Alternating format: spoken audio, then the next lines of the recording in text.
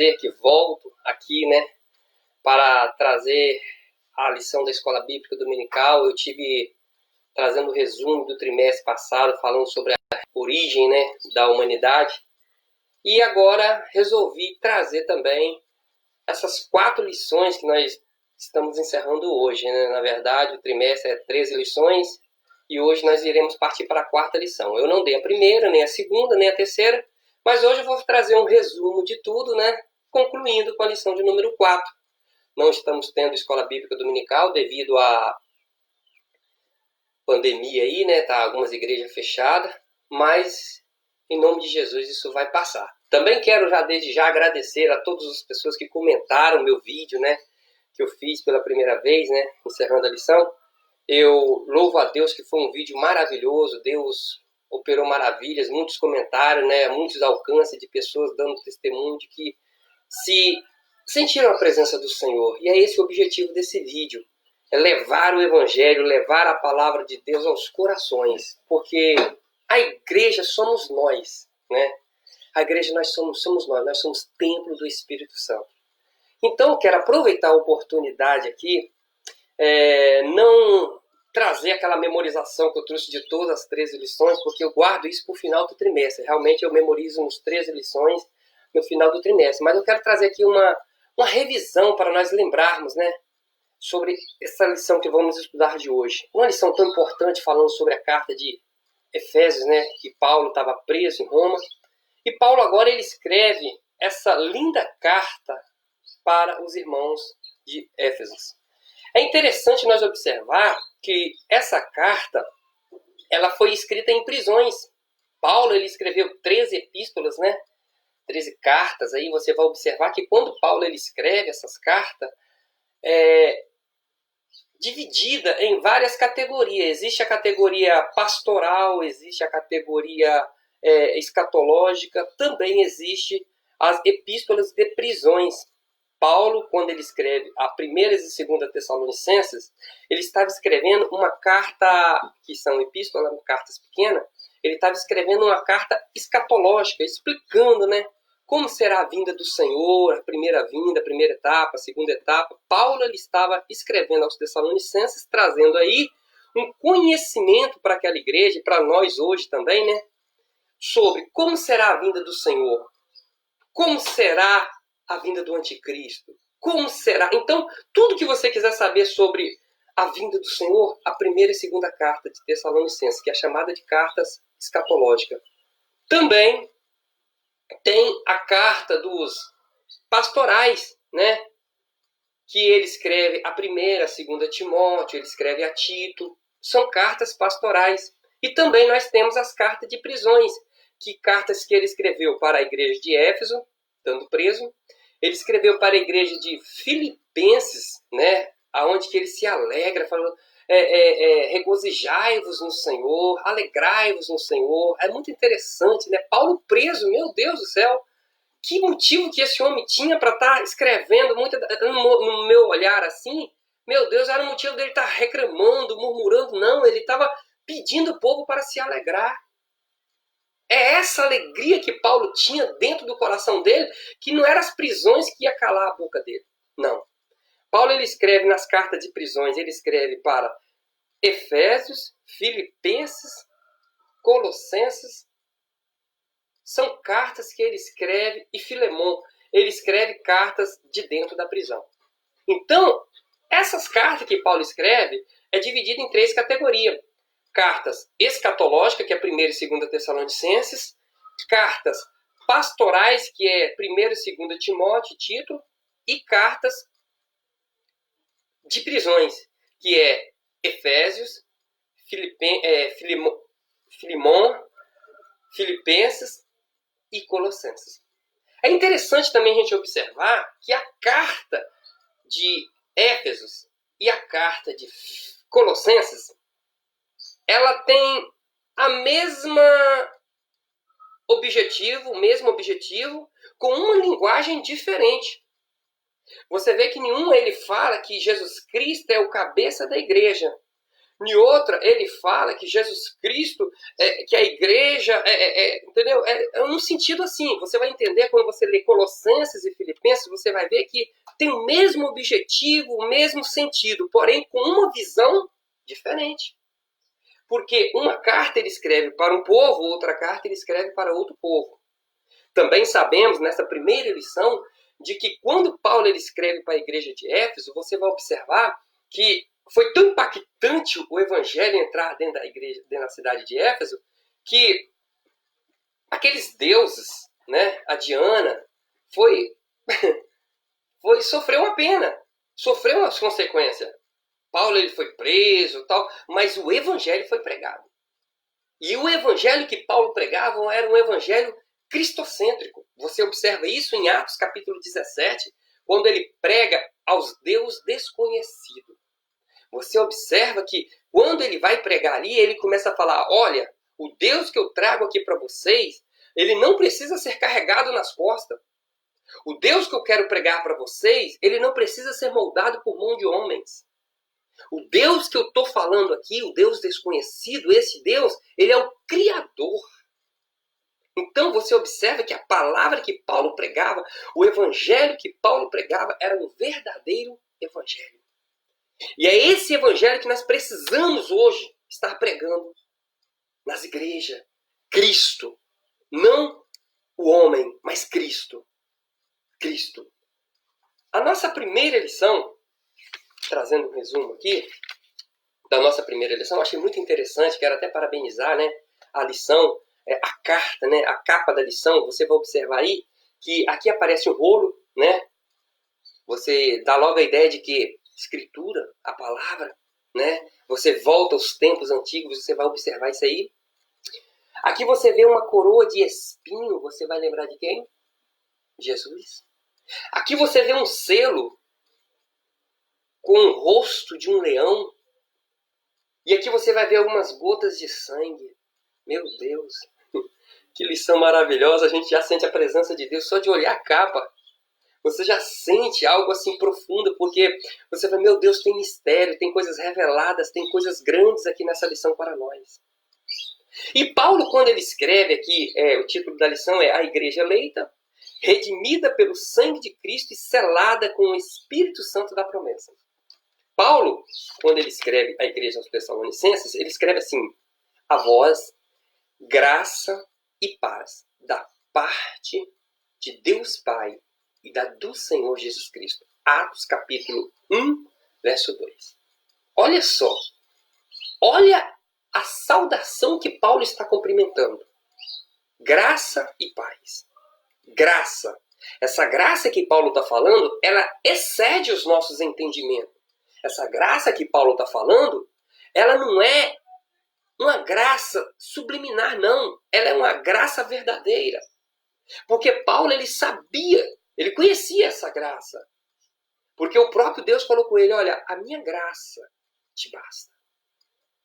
A minha graça vai te aperfeiçoar. A minha graça te fortalece na sua fraqueza. Paulo, ele conhecia essa graça. E ele cumprimenta dizendo, a vós, graça e paz, da parte de Deus Pai e da do Senhor Jesus Cristo. Ó, igualdade. Deus e Jesus, igualdade. Paulo aqui, ele já vem dando essa saudação, trazendo uma verdade absoluta, que Jesus é Deus e Deus é o Pai Todo-Poderoso. Inquestionável. Inquestionável. Quando ele fala, a vós, graça e paz. Não é uma paz momentânea, porque você recebeu um bom dinheiro ou porque você tem vários amigos. Não, não. Essa paz é aquela paz que Jesus disse, olha, eu tenho-vos dito isso, para que em mim tenhais paz. No mundo tereis aflição, mas tem de bom ânimo. Eu venci o mundo. A minha paz não é a paz que o mundo dá. A paz que Deus dá para os seus é muito, muito maior, muito melhor, com muito mais estabilidade do que essa paz que é passageira. Essa paz que o mundo aí usa uma bebida, fica naquela aéreo achando que, tô em paz. Não, tá não. Fumam uma droga, usam uma droga, acha que está em paz. Não, não é essa paz. Paulo está falando da paz que excede os nossos entendimentos. A paz de Cristo. A voz, graça e paz da parte de Deus Pai e de nosso Senhor Jesus Cristo. É importante nós também observar nessa lição que essa lição, trazendo uma ênfase aqui para os irmãos lembrar, essa lição ela é repetida. Por que ela é repetida? Porque ela foi repetida no ano de 1999, o pastor Elianai Cabral, você que guarda a sua lição, deve ter aí no seu estoquezinho, né? Essa lição ela foi passada de novo há 21 anos atrás. No quarto trimestre de 1999, o comentarista era o pastor Elianai Cabral. Só para uma curiosidade, você que guarda a sua lição, volta lá no passado, dá uma mastigada aí que você vai ver. Como que a palavra de Deus ela é firme, ela é verdadeira. Paulo, quando ele escreve a igreja de Éfeso, ele estava escrevendo para quê? Para consolar os irmãos, para fortalecer os irmãos, né? Para os irmãos entender, né, como andar, como proceder na casa do Senhor. Essa carta, ela é uma epístola. Epístola é o quê? É uma carta pequena. Porém, a epístola ela vem como se fosse uma definição, uma discussão, algo que precisa ser impregnado. Uma verdade absoluta. Ela não é uma carta por ser uma carta assim, por ser não. Ela é uma carta com um objetivo, direcionada a uma razão. E Paulo, quando ele escreve a igreja de Éfeso, ele estava escrevendo automaticamente para nossas igrejas também, porque as cartas de Paulo são doutrinas para nós hoje. E Paulo, quando ele escreve a igreja de Éfeso, onde hoje é a Turquia, né? Éfeso hoje está na Turquia. Você vai observar que ele ensina, ele consola, ele fala, ele exorta a igreja. E é o que está precisando hoje. É interessante que Paulo, quando ele estava preso, ele convencia as pessoas. Ele queria ganhar o guarda pretoriano para a salvação. A ponto dele falar bem assim, por acaso você quer me convencer do seu evangelho? E Paulo fala assim, eu sei em quem tenho crido. Aleluia. Era muita bênção. Aqui a gente vai observar na nossa segunda lição a sublimidade das bênçãos espirituais em Cristo. E o textual disse bem assim, bendito o Deus e Pai de nosso Senhor Jesus Cristo, o qual nos abençoou com todas as bênçãos espirituais nos lugares celestiais em Cristo. Efésios capítulo 1, verso 3. Que textual maravilhoso. Bendito, ele estava glorificando, bendito o Deus, Pai de nosso Senhor Jesus Cristo, o qual ele nos abençoou, quer dizer, nós já somos abençoados, aleluias. Nós já somos abençoados, porque ele já nos abençoou com todas as bênçãos, espirituais.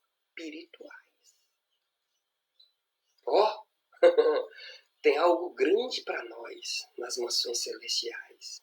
A ponto de dizer que, olha, bênçãos espirituais nos lugares celestiais em Cristo. As nossas bênçãos não é você ter carro, ter moto, apartamento, casas, fazendas, sítio, não, não. Isso é decorrente do seu esforço, do seu trabalho. Louvado seja Deus por isso. Mas nem sempre isso é bênção. A bênção do crente está relacionada, com algo que vem do céu. Algo espiritual. Algo que vem das mansões celestiais. Porque de nada adianta você ganhar o mundo e perder a sua vida. As bênçãos do crente é bênçãos espirituais. Abraão, quando ele saiu da sua terra, ele tinha em vista o quê? Uma cidade. Hebreus 11 fala sobre isso. E essa cidade era uma cidade celestial, a qual o grande arquiteto e construtor era quem? Deus. E o mais importante, ele não se envergonha de se chamar por seu nome, por seu Deus. Deus, ele não se envergonha de nós. Apesar de nossas falhas, apesar de minhas falhas, apesar de nossos pecados, de meus pecados, ele não se envergonha de nós. Ele cuida de nós. Ele não nos prometeu só bênçãos materiais. Não, não. Isso é consequência do seu esforço. Se você conquistar, ok. Se você não conquistar, nós temos que ficar de olho nas bênçãos espirituais. É o que Deus tem preparado para nós. Deus tem nos dado a salvação. Deus tem pago, Jesus Cristo tem pago um alto preço na cruz do Calvário por nós. E é por isso que nós precisamos de andar em retidão com a palavra do Senhor. Por quê? Se você for observar aqui, esse texto, ele começa como se fosse um hino de adoração. Efésios capítulo de número 1, do 3 ao 14, isso aqui é um hino. Isso é um hino. Ele diz aqui, vou pegar a minha Bíblia aqui. A primeira estrofe desse hino, olha só, relaciona o passado tendo em vista o plano do Pai como centro. No capítulo de número 4 até o 5. A segunda estrofe vai de 7 a 12. Que está relacionado com a presença, com o presente, e gira em torno do dia da redenção de Cristo, da obra redentora de Cristo. E a terceira estrofe aponta para a futura consumação da redenção e exaltação do ministério do Espírito Santo. Paulo aqui ele faz um hino. Primeira estrofe fala sobre o passado, tendo como pano de fundo o quê? O plano de Deus. Na segunda estrofe, ele relaciona com o presente e gira em torno da obra redentora de Cristo. Está falando de Jesus. Primeiro, no passado, ele fala sobre Deus. A segunda estrofe sobre Jesus Cristo. E a terceira estrofe, para fechar, ele fala sobre a obra redentora e a exaltação do Espírito Santo. Que lição linda! Paulo aqui ele está falando da Trindade. Nesse texto, se você estudar, você vai observar que ele está falando da Trindade embutida ali, Deus Pai, Deus Filho e Deus Espírito Santo. Deus Pai, Deus Filho e Deus Espírito Santo. Não tem como separar, não tem como dizer quem é maior, quem é melhor, quem é mais fraco, quem é mais forte. Não existe isso. Deus Pai, Deus Filho e Deus Espírito Santo. Eu e o Pai somos um. Não tem como você crer em Deus e não acreditar em Jesus. Ou crer em Jesus e não acreditar em Deus. crer em Deus e não acreditar no Espírito Santo, tu está perdendo o seu tempo. Deus é Deus Pai. Jesus é Deus. E o Espírito Santo é Deus.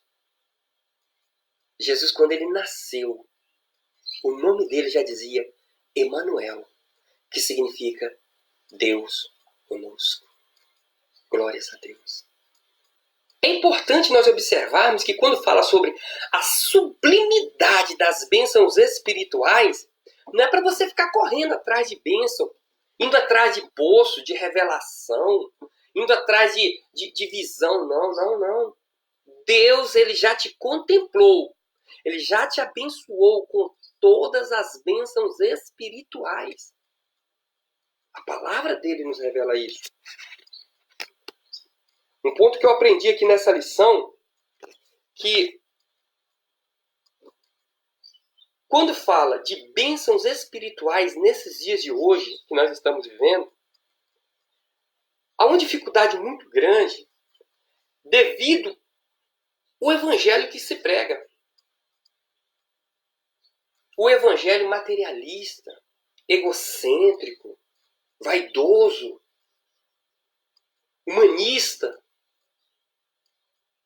Porém, o evangelho, ele é poder de salvação para todos aqueles que crêem. Para alguns é loucura, mas para nós que somos salvos, é poder de Deus. Paulo, ele chega a aconselhar a Timóteo para que Timóteo não se envergonhasse dele, nem do evangelho que ele pregava. Por que isso? Porque muitos crentes hoje têm se envergonhado. Até mesmo de dar uma paz do Senhor. A paz do Senhor. Tem escondido o seu rosto. Mas Paulo, ele fala, olha, não me envergonhe do evangelho. Porque é poder de Deus. E salvação para todos aqueles que creem. Paulo aqui também, nessa terceira lição, nós entramos falando sobre a eleição e a predestinação. O texto áureo diz o seguinte: como também nos elegeu nele antes da fundação do mundo, para que fôssemos santos e irrepreensíveis diante dele em amor. E nos predestinou para filho de adoção por Jesus Cristo. Olhe bem. Para si mesmo, segundo o beneplácito da sua vontade. Efésios capítulo 1, verso 4 e 5. Meu Deus.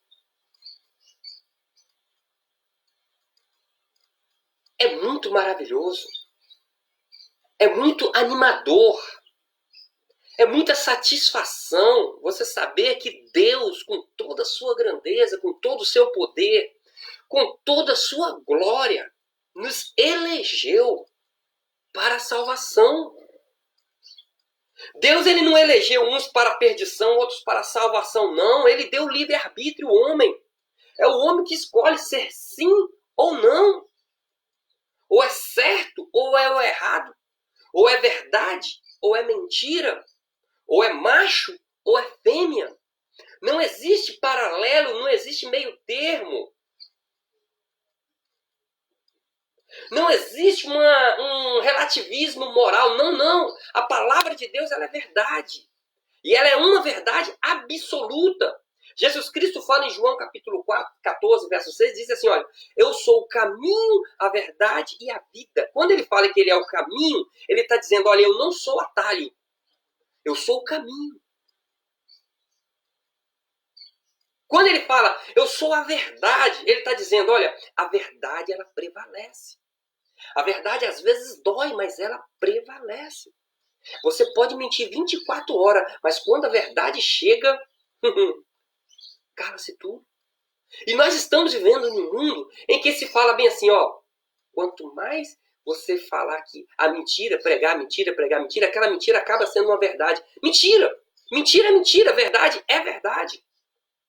Jesus Cristo está falando, eu sou o caminho, eu não sou atalho, eu sou a verdade, eu não sou mentira, e eu sou a vida. Porque ele promete a vida eterna. Ele é o Pai da eternidade. Somente ele tem condições de te garantir que você vai ter uma vida eterna. A nossa vida aqui na Terra é passageira, momentânea. A própria palavra de Deus nos diz que se passar de 70, 80 anos, é enfado e canseira. Muitos falam, morreu, acabou. Não, o que nos aguarda é a eternidade. Ou com Deus, ou com o diabo. Ou verdade, ou mentira. Ou céu, ou inferno. Ou Deus, ou o diabo. Deus ele não fez o inferno para ser lançado o homem, não. Mas no livro de Salmo, de número 19, fala que todos aqueles que não obedecem à palavra do Senhor, já está decretado. Está aí a opção. Você tem o livre-arbítrio. Não existe esse negócio de falar que Deus é injusto, porque ele já estava condenado ao inferno. Não. Deus está dando oportunidade para você. Deus está dando oportunidade para mim. Deus está dando oportunidade para essa nação. Porque assim como foi nos dias de Noé, o povo comia, bebia, casava, dava-se em casamento. Não queria nada com Deus. Até que veio o dilúvio. Até que a palavra do Senhor se cumpriu. E Deus ele tem prometido de que ele vai vir buscar o seu povo especial, zeloso e de boas obras. E muitos estão brincando. Não é tempo de nós brincarmos de ser crente. Não é tempo de brincarmos de ser crente. Porque o que Jesus prometeu, ele cumpriu. E o que ele prometeu, ele vai cumprir. Estamos vivendo um mundo de hoje que se Sodoma e Gomorra ressuscitasse hoje, talvez teria vergonha de nosso Brasil. Por quê? O pecado está tão à flor da pele. As ideologias, a verdade está virando mentira. A mentira está virando verdade. Ser sincero hoje é vergonhoso. Meu Deus, que mundo em que estamos vivendo. O homem hoje não sabe se ele realmente é homem ou se ele é mulher. As ideologias pregadas aí pelas... Meu Deus, tenha de misericórdia. Se Sodoma e Gomorra ressuscitasse hoje, talvez teria vergonha de nosso Brasil. De tanto pecado que está à flor da pele. Mas a própria palavra de Deus nos diz que aquele que é santo se santifique ainda mais. Aquele que é puro seja mais puro ainda. Porque Jesus Cristo, ele vem. Ele vem. E há um poucochinho de tempo. E o que há de vir virá e não tardará. Ele tem os seus eleitos. Ele tem o seu povo.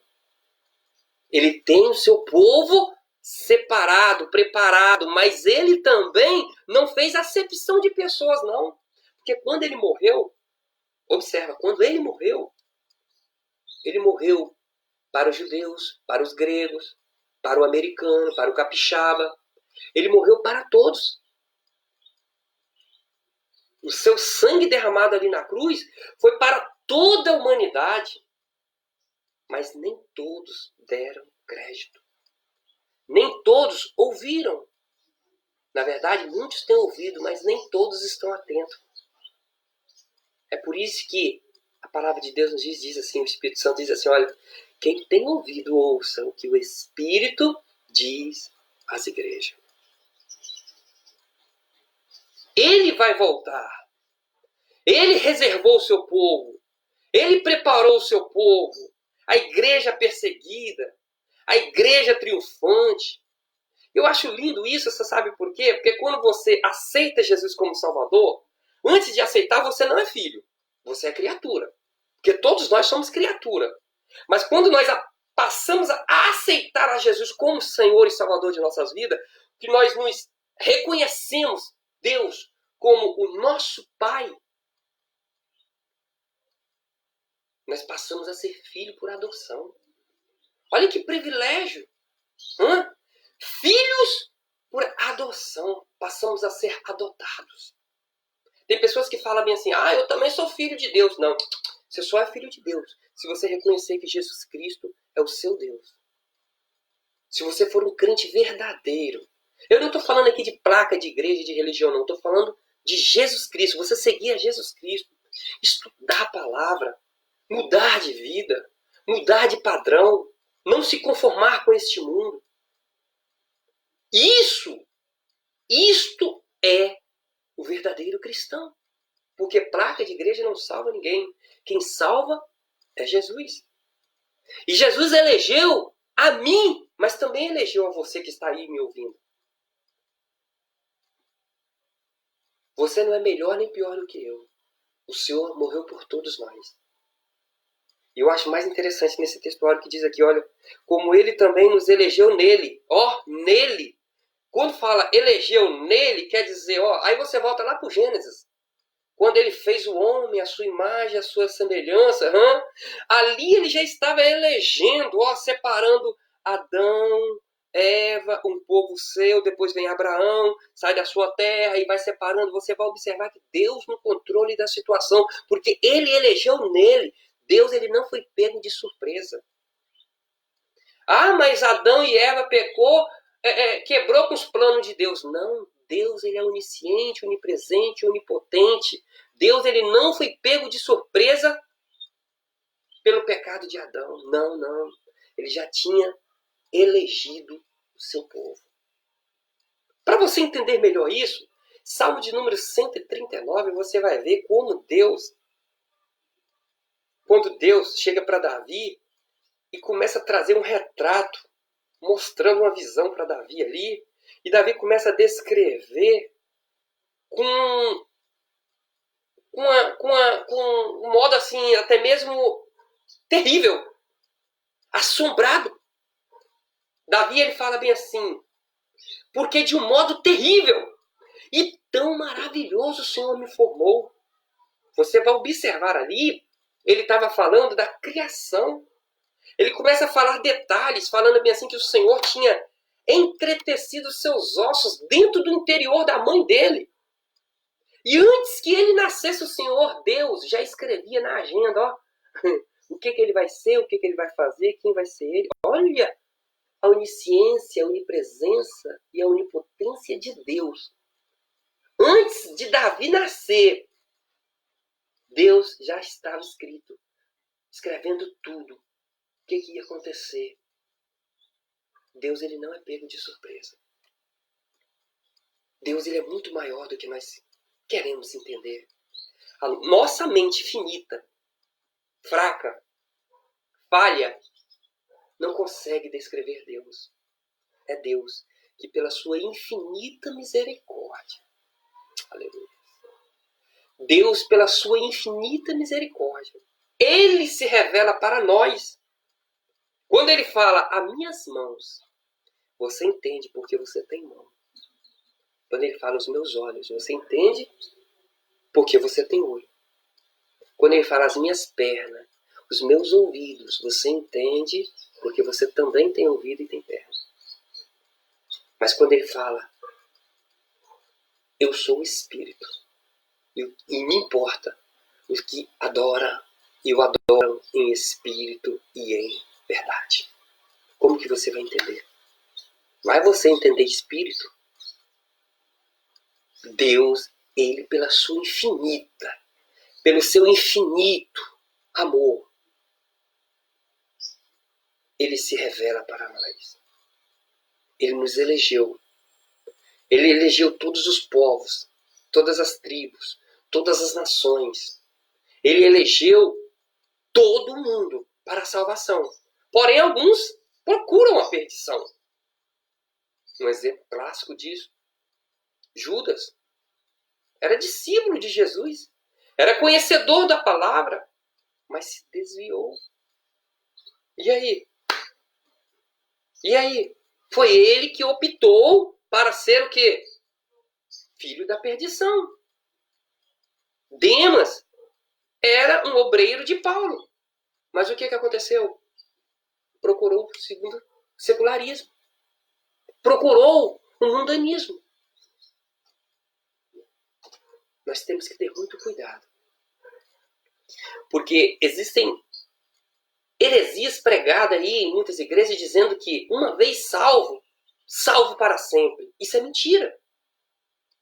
A palavra de Deus nos diz no livro de Apocalipse que aquele que perseverar até o fim será salvo. Aquele que perseverar na fé, na confiança, na convicção, na palavra de Deus, será salvo. Paulo, em 2 Timóteo, no capítulo 4, ele fala bem assim: combati o bom combate, acabei a carreira e guardei. E desde agora a coroa da justiça me está guardada, não somente para mim, mas também para todos aqueles que amarem a sua vinda, a qual o Senhor, o justo juiz, nos dará naquele dia. Que linda, que mensagem maravilhosa. Combati. Ele estava dizendo, enquanto eu tive força, eu lutei. Combati. Defendi. Eu defendi a verdade. Eu não cedi para o pecado. Combati o bom combate. Só que agora eu acabei a carreira. Acabei a carreira. Estou velho. Estou fraco. Estou preso.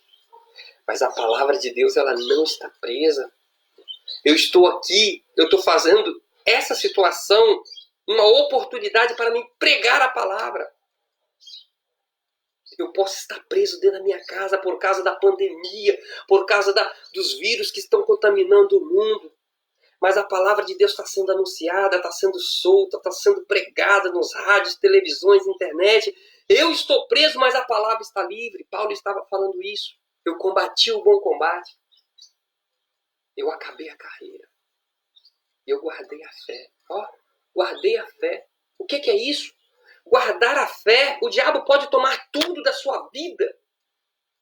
Assim como tomou da vida de Jó, por permissão de Deus. Mas não tomou a fé dele. A ponto de ele falar bem assim: como uma louca, mulher, falas tu. Eu nasci nu, hoje eu estou vestido. Louvado seja Deus. Glorificou ao Senhor. Paulo estava querendo dizer aqui, quando ele falou, olha, guardei a fé, ele estava querendo dizer, olha, pode o diabo tomar tudo de você.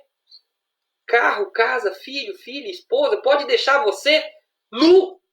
Mas você não perca a sua fé. Porque em Hebreus capítulo 11, verso 6, diz que sem fé é impossível agradar a Deus. É impossível agradar a Deus. Porque é necessário que todo aquele que se aproxima de Deus creia que Ele existe. Creia que Ele existe. Quantas pessoas no mundo de hoje já não creem mais em Deus? Já não acredita que Deus existe? Já não acredita que Jesus vai voltar? Mas nós que somos eleitos, povo separado, povo santo, povo redimido, também somos predestinados. Meu Deus, que lição linda! Predestinados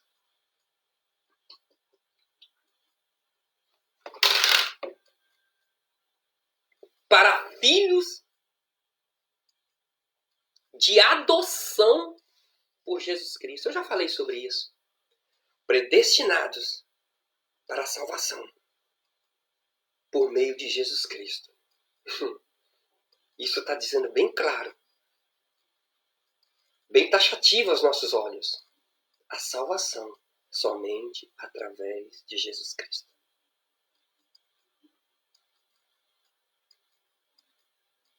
Porque nós somos adotados como filho através de Jesus Cristo. Para você que não acredita que Jesus tem poder, para você que não acredita que Jesus é Deus, para você que não acredita na obra redentora de Jesus Cristo lá do Calvário, estuda esse texto. Ainda há tempo de você se arrepender.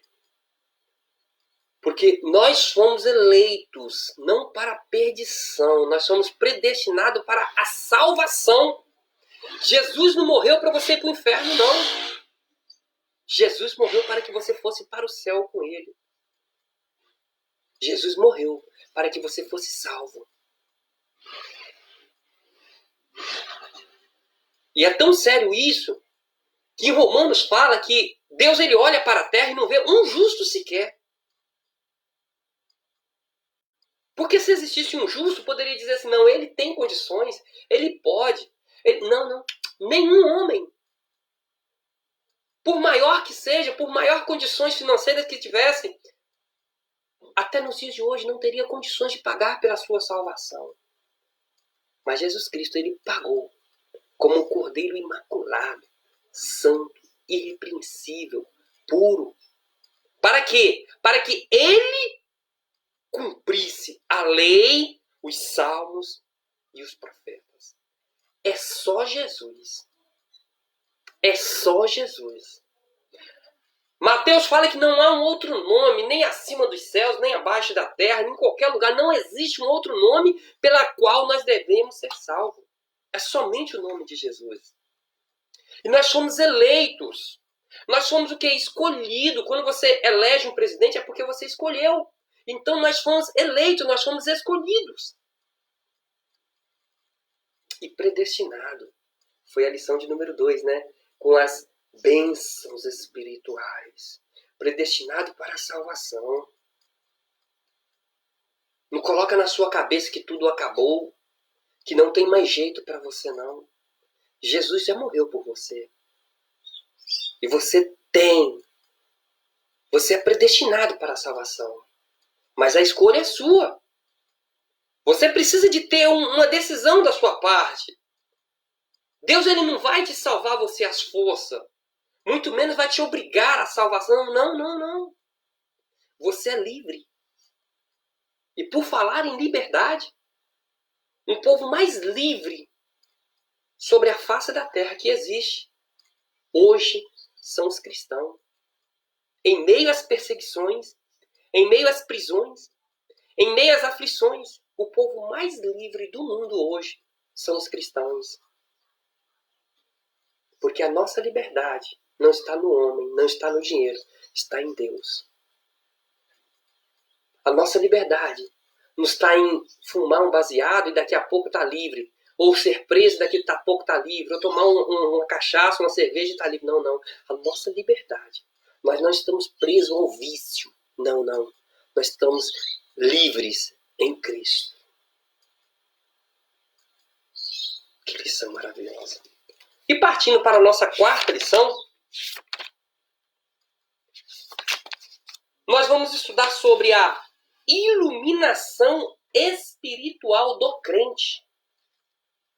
O textuário disse assim, olha, para que o Deus de nosso Senhor Jesus Cristo, o Pai da glória, vos dê em seu conhecimento o espírito de sabedoria e de revelação. Efésios capítulo 1, verso 17. Cada lição que você vai estudando, você vai aprendendo mais. Você vai abrindo a sua mente. Como que Deus usou Paulo? Como que Deus usou esses homens para trazer essa palavra? Olha, para que o Deus de nosso Senhor Jesus Cristo, o Pai da glória. Hoje tivemos um culto doméstico aqui em casa, né, pela manhã, no horário do café. E eu li João 14, verso 6. Achei interessante que naquele texto todo ali, se você ler, João 14, 6, você vai ver que Tomé fala bem assim, Senhor, mostra-nos o Pai, é o que nos basta. Jesus fala bem assim: eu estive tanto tempo convosco e você me pede para mostrar o Pai? Tomé, se você olhar para mim, você está vendo Deus. Aleluia. Olha para mim, creia pelo menos nas obras que eu faço.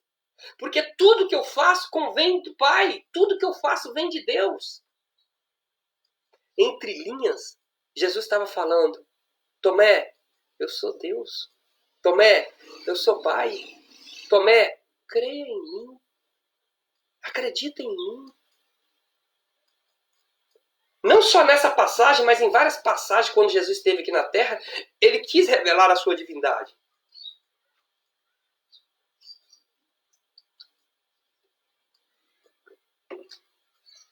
Ele quis revelar a sua deidade. Observe que quando ele chega naquele poço, onde estava aquela mulher tomando água, ele fala: mulher, me dá uma água. Como Deus, ele não precisava de beber água. Mas como um homem, ele precisava, ele tinha sede, porque ele sentiu sede. E ele fala: dai-me água.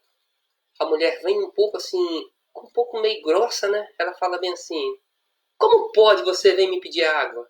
Você sendo judeu, você sabe que é uma barreira entre nós não se comunicamos. Jesus fala assim: mulher, se tu soubesse quem te pede água, se você soubesse quem te pede água, olha, eu tenho o poder de fazer jorrar dentro de você uma fonte de água tão grande que você nunca mais vai precisar de vir cá beber água. Ela começou a ficar curiosa. Primeiro ela começa chamando Jesus de você, porque não tinha conhecimento. Chamava Jesus de qualquer coisa, porque não conhecia Jesus. Está igual o mundo aí fora. Não conhece Jesus, chama Jesus de você. Mas quando aceita Jesus, chama Jesus de Senhor, de Salvador, de Messias, de profeta. Foi isso que ela fez. Quando Jesus começou a revelar os seus mistérios para aquela mulher, revelar a profundidade da vida dela, ela simplesmente acreditou e foi uma grande missionária. Quando a iluminação espiritual do Espírito Santo de Deus entra na vida da pessoa, quando o Espírito Santo de Deus entra na vida da pessoa, iluminando, clareando, vem trazer o quê? Vem trazer uma cosmovisão diferente. Vem trazendo um discernimento, uma revelação espiritual.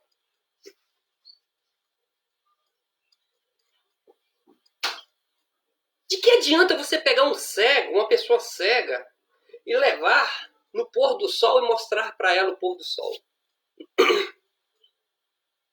Nada adianta.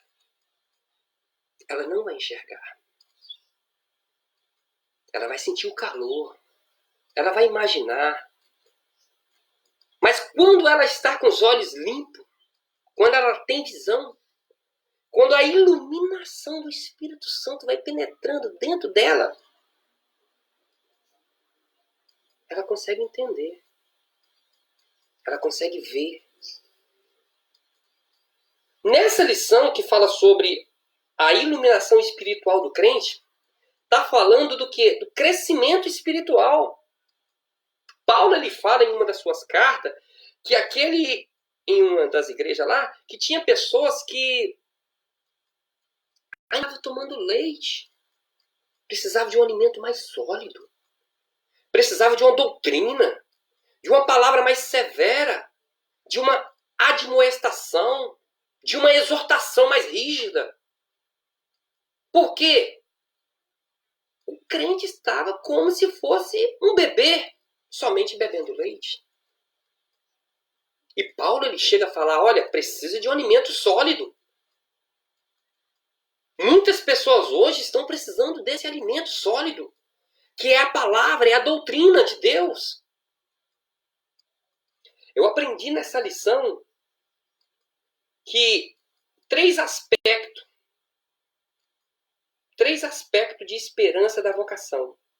Inclusive, eu queria ler aqui a leitura bíblica em classe. Olha só que interessante, olha.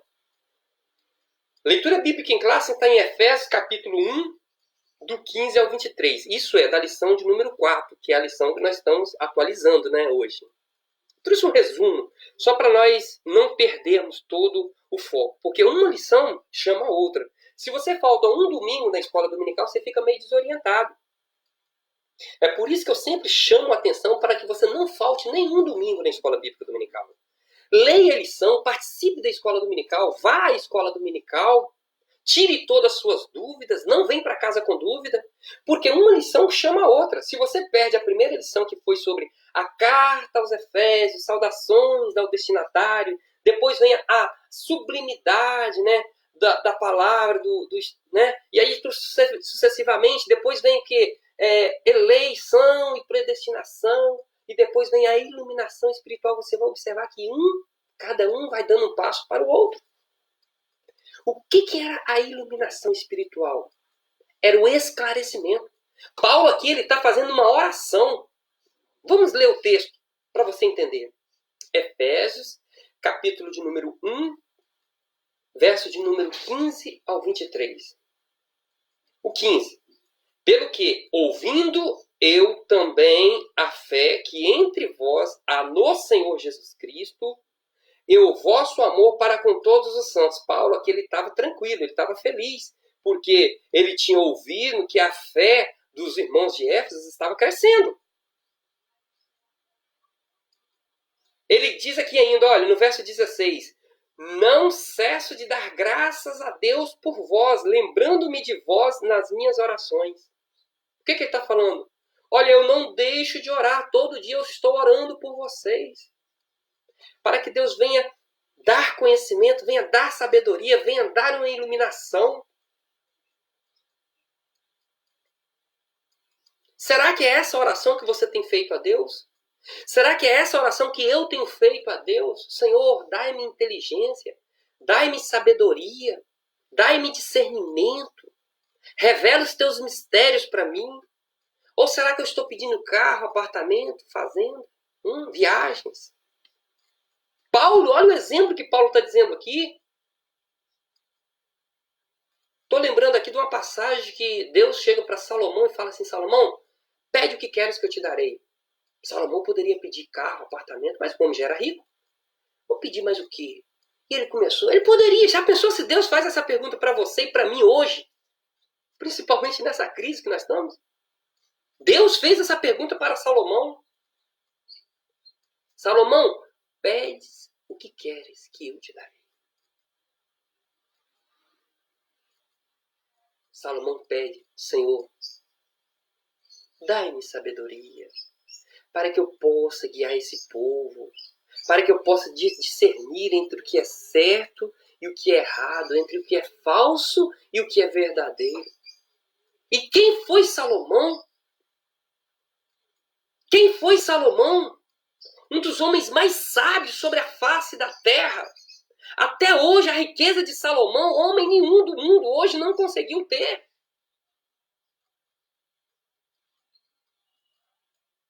O templo de Salomão, as riquezas de Salomão. A rainha de Sabá, ela foi visitar Salomão, a Bíblia diz que ela desmaiou, ela não acreditou. A cortesia, a disciplina, o respeito, a grandeza, o ouro na vida de Salomão era muito grande.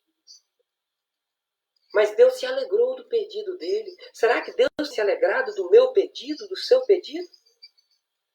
Como que nós temos pedido ao Senhor? O que nós temos pedido ao Senhor? Meu Deus. No verso de número 17 diz aqui, olha, para que o Deus de nosso Senhor Jesus Cristo, o Pai da glória, vos dê em seu conhecimento o espírito de sabedoria e de revelação. Conhecimento é fácil. Você estuda, você obtém conhecimento, você se forma em medicina, você se forma em informática, você se forma em qualquer coisa, porque você obteve conhecimento. Você buscou conhecimento. Você se esforçou. Mas a sabedoria, quem dá é só Deus. A sabedoria, ela provém de Deus. A revelação, a sabedoria provém de Deus. Observa que quando Salomão, chega aquelas duas mulheres diante de Salomão, trazendo aquela criança, uma alegando que era filha de uma, outra alegando que era filha de outra, e aquela brigaiada toda, Salomão usou o quê? A sabedoria. A palavra da sabedoria que Deus tinha dado a ele. O homem foi o homem mais sábio sobre toda a terra. E Deus fala com ele bem assim. Usa ele e ele fala, ó, vou cortar essa criança ao meio. Vou dar uma parte para um e uma parte para outra. A verdadeira mãe brada e fala bem assim, não mate. Deixa com ela, mas não mate. E Salomão, revelado pelo Espírito Santo de Deus, porque naquela época não tinha teste do DNA, não tinha exame, não tinha esse negócio não. Ele pega aquela criança e devolve para aquela mãe. E tinha exatamente falado bem assim, olha, não mate. Deixa com ela, mas pelo menos vai estar viva. Enquanto a outra gritava do outro lado, é melhor matar, nem eu nem ela.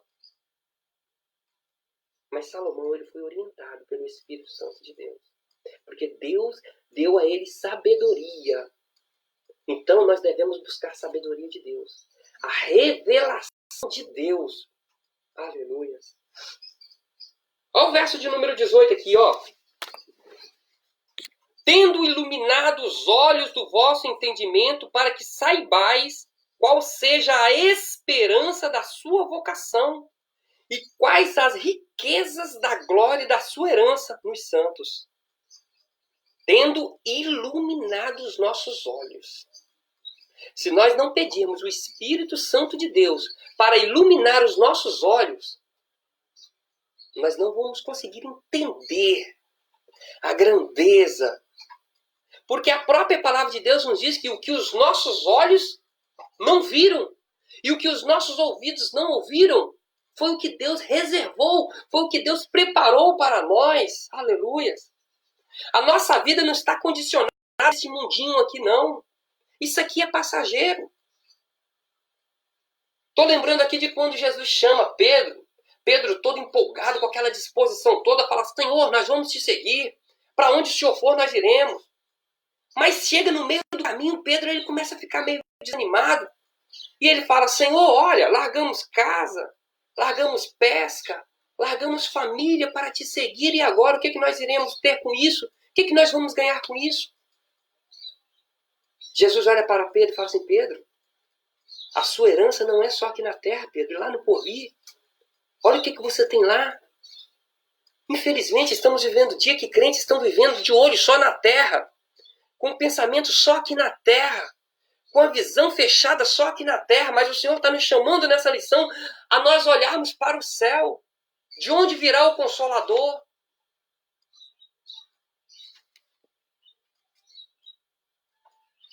Para que saibais qual seja a esperança da sua vocação.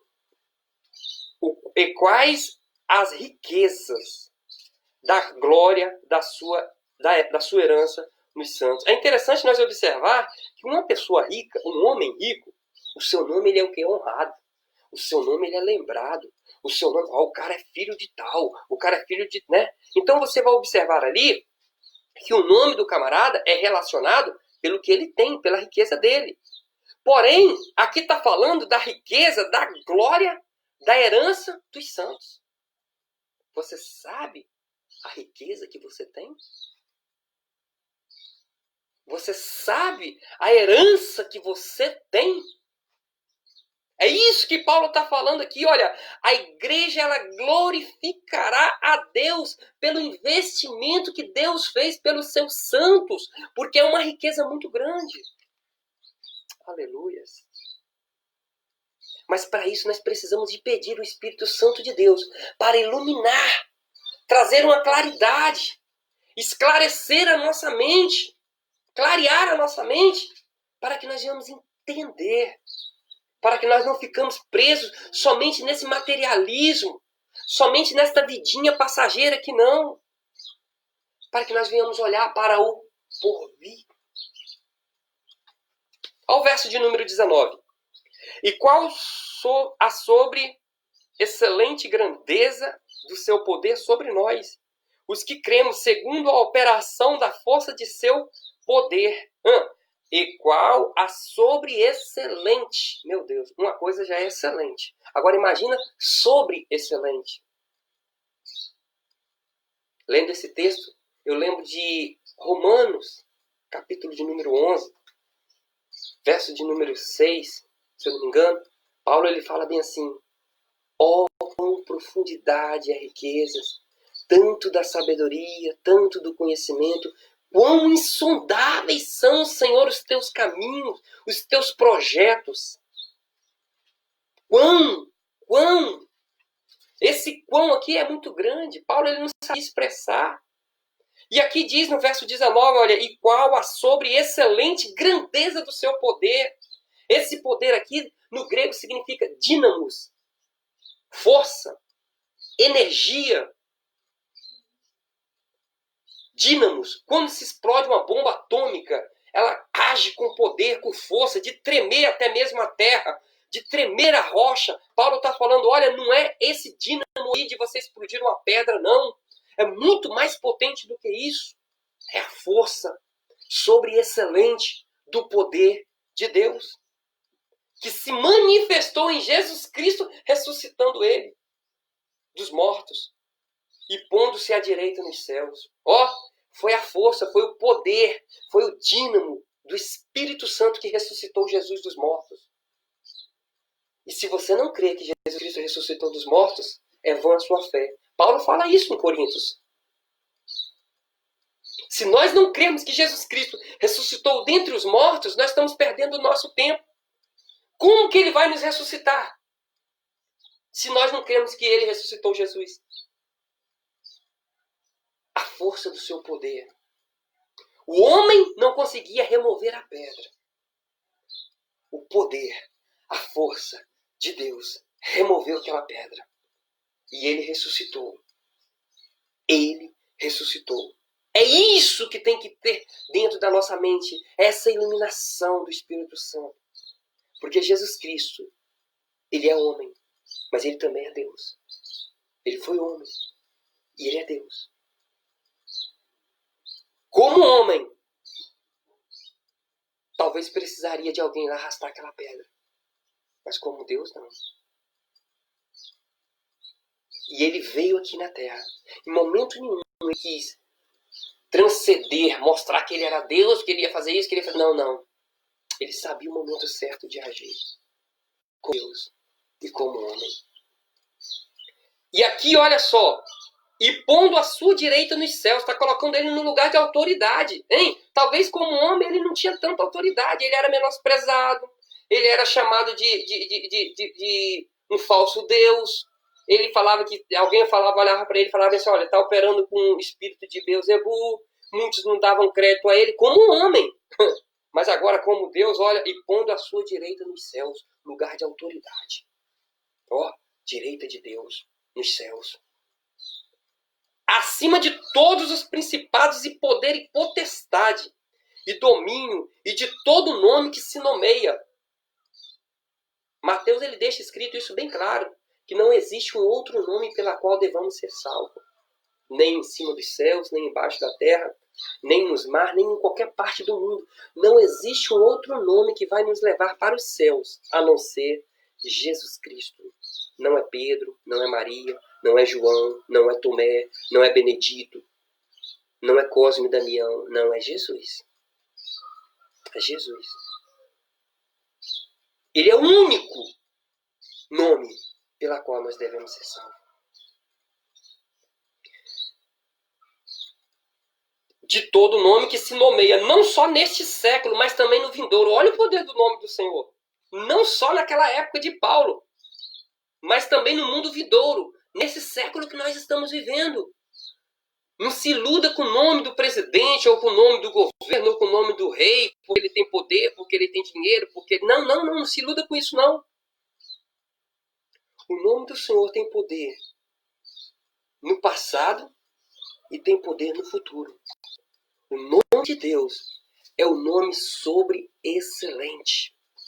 O nome sobre todos o nome. E sujeitou todas as coisas aos seus pés e sobre todas as coisas o constituiu como o cabeça da igreja. O cabeça da igreja é Jesus Cristo.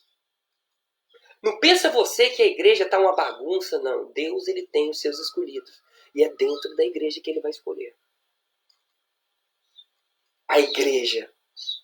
Jesus falou bem assim, olha, eu estabeleço a minha igreja. E as portas do inferno não prevalecerão contra ela. É importante nós observar que muitas portas têm se levantado para calar a igreja. Muitas lutas, muitas leis, muitas perseguições. E o que são as portas do inferno? São essas leis que se levantam para prejudicar a igreja, para calar a igreja, para condenar a igreja. Esquece do que o poder do evangelho que Deus usou através da igreja para mudar o mundo. Quantas nações, quantos povos têm sido transformados pelo poder do evangelho? Instituições, hospitais, igrejas, governos, reinos, sociedade, família que deixou de ser destruída porque se converteram ao evangelho genuíno de Jesus Cristo. E o diabo, ele tem ira disso. Porque Deus, ele instituiu a família. E o diabo quer destruir a família. Porque o diabo sabe que se ele destruir uma família, ele destrói uma sociedade, ele destrói uma comunidade, ele destrói uma nação, ele destrói um país. Mas que Deus venha nos proteger. Que Deus venha proteger a família, que Deus venha guardar. E que nós venhamos abrir a nossa mente. Que nós venhamos ser iluminados pelo Espírito Santo de Deus. É interessante nessa lição que toda vez que você lê na Bíblia, Espírito com letra maiúscula está se referindo ao Espírito Santo de Deus. Ainda que não tenha um nome santo, mas só Espírito com letra maiúscula está se referindo ao Espírito Santo de Deus. Toda vez que você lê Espírito com letra minúscula, ou é Espírito do homem, ou é Espírito demoníaco. Todas as vezes que estiver escrito Espírito com letra minúscula, está se referindo a Espírito maligno ou ao Espírito do homem. Observe aqui na lição. A iluminação espiritual do crente. Está falando do Espírito Santo. Já no textuário está dizendo aqui, olha, para que o Deus de nosso Senhor Jesus Cristo, o Pai da glória, vos dê em seu conhecimento o Espírito com letra minúscula de sabedoria e de revelação. Esse Espírito com letra minúscula está se referindo ao Espírito do homem. Deus, ele não fala na sua carne, ele não fala na sua alma, ele fala dentro do seu espírito, ele fala dentro do seu coração. É por isso que muitas das vezes você chora quando você sente a presença dele. Ele fala dentro do seu espírito de que você precisa de sabedoria, de que nós precisamos de revelação. Porque a revelação, quando ela é de Deus, você sente, você sabe. A revelação verdadeira, você sabe que é de Deus. Não é uma coisa que você viu pelo Face e está trazendo, não. É algo de Deus, algo profundo. Então precisa de quê? De que você busque essa iluminação. Que nós buscamos essa iluminação. Para que nós entendamos que é o seu corpo a plenitude daquilo que cumpre tudo em nós.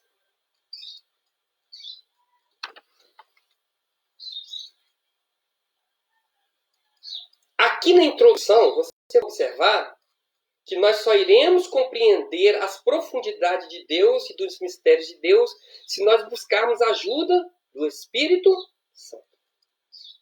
Somente Ele. Porque é Ele que nos convence do pecado, da justiça, do juízo. Ai de nós se não fosse o Espírito Santo. Aqui, quando fala a esperança da vocação, da riqueza e da glória, está falando que nós somos ricos. Porque Deus nos elegeu e Ele é rico. Deus ele é o Pai de toda misericórdia, de toda riqueza. Mas muitas das vezes nós estamos com um olhar material. Mas nós já somos abençoados com as bênçãos espirituais, que é muito maior do que as bênçãos materiais, que são passageiras, que enferrujam, que estragam, que se acabam. Aqui fala também da riqueza, da glória da sua herança. Quando você aceita Jesus como Salvador, você passa a ser filho, e sendo filho você tem direito à herança. Meu Deus, que coisa linda. Você sendo filho, você tem direito à herança. E esse texto está dizendo muito, muito interessante aqui, que Ele nos glorificará. Salmos 91 fala, né, que o Senhor nos glorificará. O que é glorificará? É estar com Ele, é ser igual a Ele. É ver a Ele. É ser do jeito dele. É estar com Ele. O desejo de Deus é que você esteja com Ele. Você está aqui passando um tempo, mas o desejo dele é que você esteja com Ele. Depende de você. Depende de mim. Aceitar a Ele. Ser fiel a Ele. Obediente à sua palavra.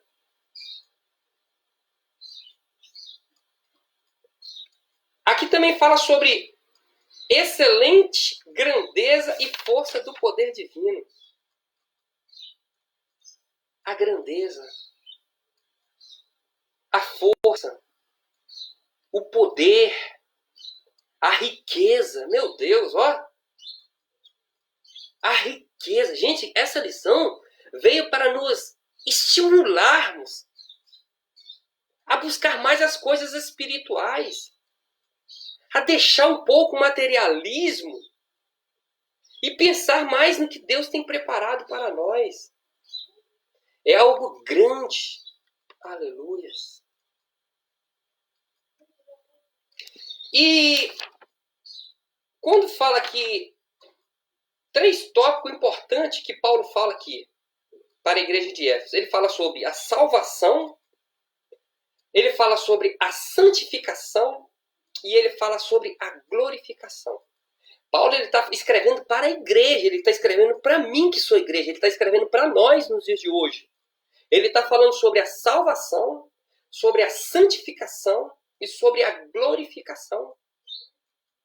Quando ele fala na salvação, ele está falando, olha, que nós devemos crescer no conhecimento. Não ficar só ouvindo o que tal pessoa fala ou o que tal pessoa prega. Busque conhecimento. O meu povo perece por falta de conhecimento. Salvação.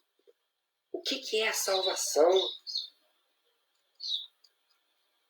Na teologia, é soteriologia. Mas o que é salvação? Salvação é algo profundo. Salvação é escape. Salvação é livramento. Salvação não é, eu estou salvo. Não, não. E não pensa você que uma vez salvo, salvo para sempre, que não é não. A salvação é um processo. E nesse processo vem o próximo passo, que é a santificação. Sede santo, porque eu também sou santo, diz o Senhor dos Exércitos. E quando se trata de santificação, é o crescimento do conhecimento de Deus. Quanto mais você busca o conhecimento de Deus, quanto mais você se aprofunda nos mistérios de Deus, mais você se torna santo, santificado, separado. E por último o processo, a glorificação, que é o conhecimento perfeito de Deus. Como Ele é, o veremos e seremos como Ele é. Essa glorificação é somente quando nós subirmos nos céus. Que enquanto nós estamos aqui na terra, nós iremos passar pelo processo de salvação, ou melhor, justificação, salvação, santificação e, por último, a glorificação, que é o desejo de Deus, levar você para os céus e ser glorificado como Ele é. Eu quero encerrar essa live, agradecer aos comentários. Temos aí a minha irmã Vânia, né, a irmã Elisete, a irmã Margarete, a todas as pessoas que comentaram aí. Quero agradecer a participação. Eu trouxe aqui um resumo da primeira, da segunda, da terceira e fechei com a quarta lição. E nesse 13ª lição, eu quero trazer o encerramento de todas as 13 lições, sem olhar na lição. Hoje eu olhei, porque eu ainda estou no processo, né? Mas eu quero trazer as 13 lições sem olhar, já na minha memória fresca, porque eu tenho dedicado ao Senhor. E peço a vocês que quando for orar, não esqueçam de orar por mim, para que o Senhor venha me dar graça, venha me dar sabedoria, venha me dar iluminação, esclarecimento, discernimento, né? A cada dia. Quero agradecer a todos vocês que mandaram bênção pura, mandaram aí um ok, gostaram da live, né? É a segunda vez que eu faço e eu vou estar sempre fazendo, tá? Eu quero agradecer a participação de todos vocês e que continuem orando por nós. Amém? Fique com Deus.